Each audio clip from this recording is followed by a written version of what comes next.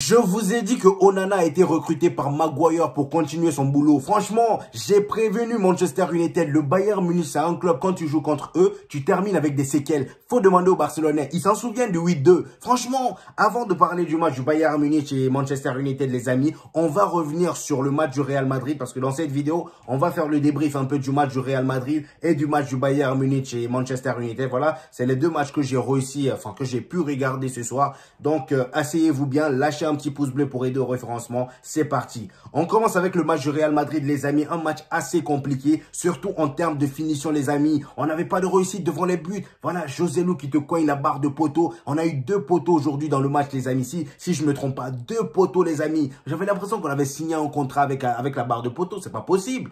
Franchement, heureusement que Jude Bellingham, encore une fois, a été présent. Ce mec-là, même quand il effectue un match exécrable, un match moyen, il termine toujours par claquer son but. Franchement, il veut plus s'arrêter. Là, en un mois, le mec, il a réussi à terminer meilleur joueur du mois en Liga. Il a terminé homme du match grâce à son but, malgré que son match, il était comme ça. Voilà. Mais franchement, les gars, le match d'aujourd'hui était compliqué. C'était compliqué, on peut pas continuer comme ça. Franchement, vivement le retour de Vinicius, parce que même avec lui déjà, on sait que c'est compliqué. Quand il était là, c'était toujours compliqué. Je pense que ce 4-4-2 là, c'est tant que Carlo Ancelotti continuera à nous saouler avec ça, je pense qu'on galérera jusqu'à la fin de la saison. Et ça sent la saison blanche, les amis. Parce que déjà en Liga, il y a une équipe du Barça qui est en train de se former là. C'est une équipe très très dangereuse. Là, je vois ce Barça là même en demi-finale de Ligue des Champions. Donc la Liga déjà, c'est comme ça. Je sens qu'on va pas aller très loin en Liga. Deuxième maximum. Mais franchement, moi, je vois le FC Barcelone prendre cette Liga s'il continue comme ça.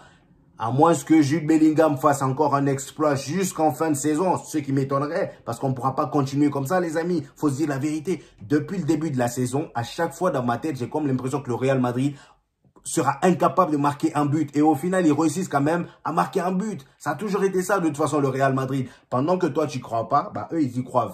Voilà, eux, ils y croient jusqu'au bout. Rodrigo, aujourd'hui, il a été énormément critiqué. D'ailleurs, il y a plein de gens sur Twitter, j'ai vu, voilà, Rodrigo, quand il est remplaçant, il est beaucoup plus fort que quand il est titulaire. Mais les gars, faut pas oublier que Rodrigo, c'est pas Lukaku. Rodrigo, c'est pas Erling Haaland, c'est pas Lautaro Martinez, c'est pas un neuf.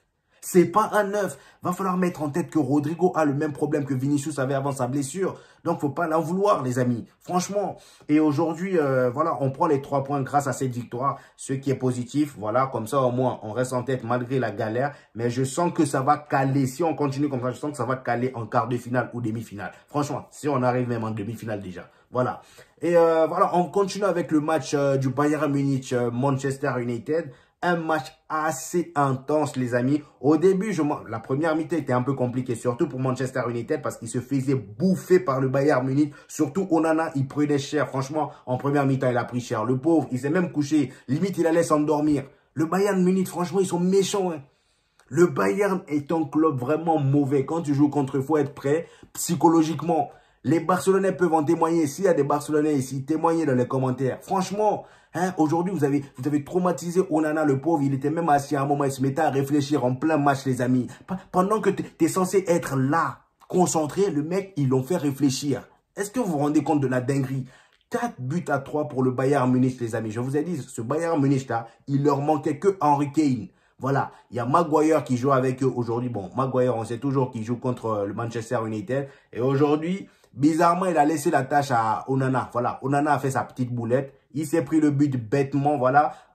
Franchement, lui, j'ai l'impression que tu as juste à tirer, ça rentre. Vous vous rendez compte que depuis qu'il est arrivé à Manchester United, le mec, on l'a tiré dessus 14 fois et il a encaissé 10 fois, les amis. Il a encaissé 10 buts sur 14 tirs. C'est un délire. Ça, c'est quel genre de statistique, ça? Franchement, le mec, il était bien chaud l'année dernière. C'est pour ça que je vous dis, Manchester United et Chelsea, c'est des clubs qui gâchent des joueurs. C'est des clubs qui gâchent des joueurs. On l'a vu avec Joao Félix. Quand il est parti à Manchester United, voilà. Ils ont commencé à le critiquer. Le gars, il se retrouvait pas. Le gars, c'est un joueur de football. Là, il est dans une équipe du Barça. Il est très épanoui et ça se voit. Manchester United, c'est pareil. Ça gâche des joueurs. Est-ce qu'on peut parler aussi du match de Musiala, les amis? Ce gosse-là, franchement. Lui et Jude Bellingham. En fait, c'est des jeunes. Tellement ils sont chauds et matures. T'oublies même que c'est t'oublies même leur âge. On prend même plus en compte leur âge tellement ils sont chauds. Au bout d'un moment, c'est déjà, il va falloir se trouver des trucs pour les arrêter. Le mec, il te prenait le ballon du milieu jusqu'à dans le goal de Manchester, jusqu'à dans la surface de Manchester United. Hein?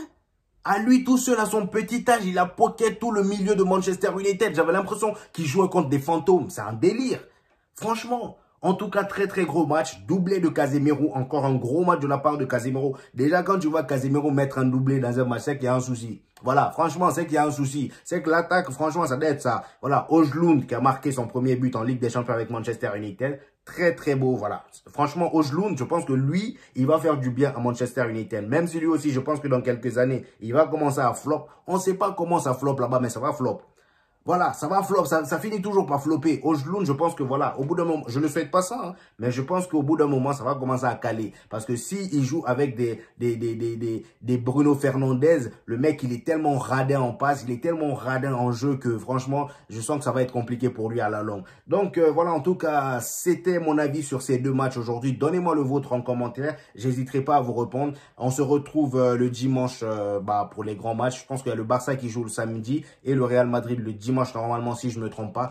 N'oubliez pas le petit pouce bleu. N'oubliez pas de vous abonner pour ne rater aucun débrief de Logix TV. On se retrouve au prochain épisode. Peace!